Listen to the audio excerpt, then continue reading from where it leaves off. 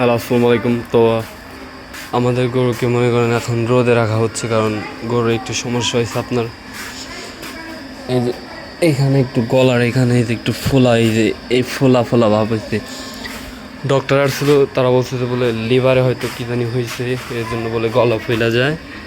এই যে এখানে এই যে দেখতেছেন এই যে এই ফোলা, এই জন্য আছে ইঞ্জেকশন দিছে, 4-5টা ইঞ্জেকশন দিচ্ছে, আজকেও আসবে। এর জন্য আসার পর বলছিল যে সকালবেলা একটু রোদে বাঁধা রাখবে, এর জন্য বাইরে এসে এখন বাঁধা রাখছি গরুটারে।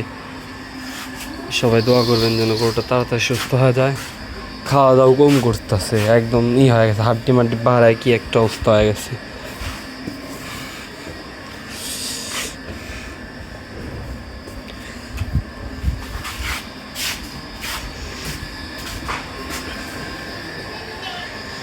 এটারও পাতলা এখানে হয়েছে আপনার, এটাকে ইঞ্জেকশন মারা হয়েছে। এই গরুটার আপনার কিমরি ডোজ করার পরে এই কাহিনী রয়েছিল। কিমরি ডোজ দিয়েছিল অনেকটা, 5.5টা কিমরি ডোজ খেলাইছে, 5.5টা খেলাইছে।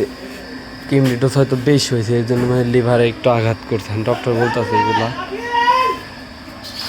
আর আপনারা কিমরি ডোজ খেলাইলে ডক্টরের পরামর্শ অনুযায়ী খেলাইবেন, আকান্দাজি বেশি খেলাইবেন না, এতে অনেক সমস্যা হবে।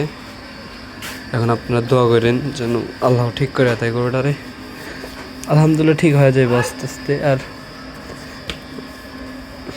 এখন একটু দুধও কমাইতেছে, দুধ হয়েছে 9 কেজির মতো, আর এখন 2 বেলায় দুধ হয় 5-6 কেজি, তাও হয় না।